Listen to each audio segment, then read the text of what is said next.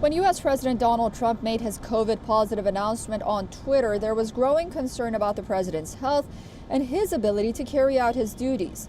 However, behind these concerns lies a long history of American presidents being secretive and sometimes dishonest about their health. At times, the issues were minor, others quite grave. And sometimes it took the American public decades to find out the truth. Our next report draws a parallel between two pandemics, two presidents, and their reasons for secrecy. We have all been living with the uncertainties of the coronavirus for nearly 8 months. And now, the twin COVID-19 diagnosis of President Donald Trump and First Lady Melania Trump have propelled the United States, which was already suffering from political bewilderment, into a fraught new reality. A reality with two dimensions. In human terms, the presidential couple has fallen ill and are being treated. But on a wider global and national front, revealing the details about the president's health and treatments can threaten the national security or might have dire consequences on public sentiment. The secrecy over presidential health has been there since the nation's early years and has included extreme measures. And not even a deadly pandemic has been reason enough to compel deviation from that unwritten rule. United States presidential couples have fallen sick before. In the early 1990s, both President George H.W. Bush and Barbara Bush struggled with Graves' disease, an autoimmune disorder, at the same time, but the disease was treatable, and both went on to live very long lives. President Ronald Reagan and Nancy Reagan both got treated for cancer during their White House years. But these health scares did not occur at the same time. Never before in the history has a first couple been simultaneously threatened as seriously as today.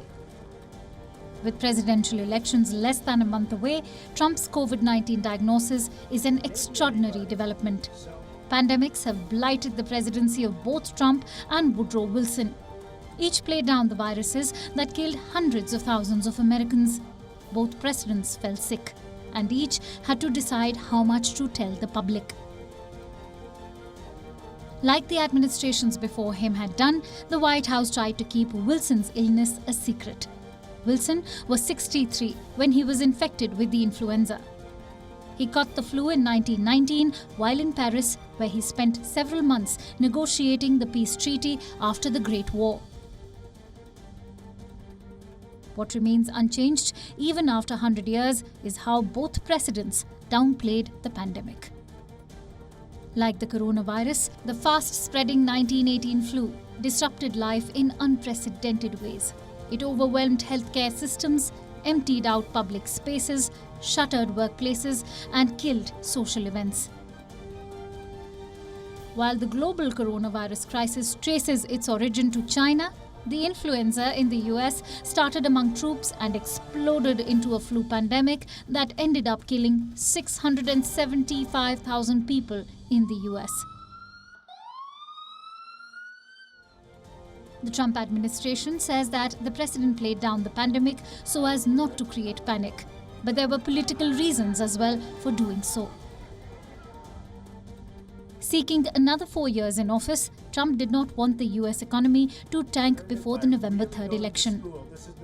Wilson, on the other hand, had a completely different, purely political reason. The then president was concerned that any negative news about the president's health would detract from the efforts to end the First World War, affect the peace negotiations, or reduce the energy that people would put into winning the war. US Election Desk, WION World is One.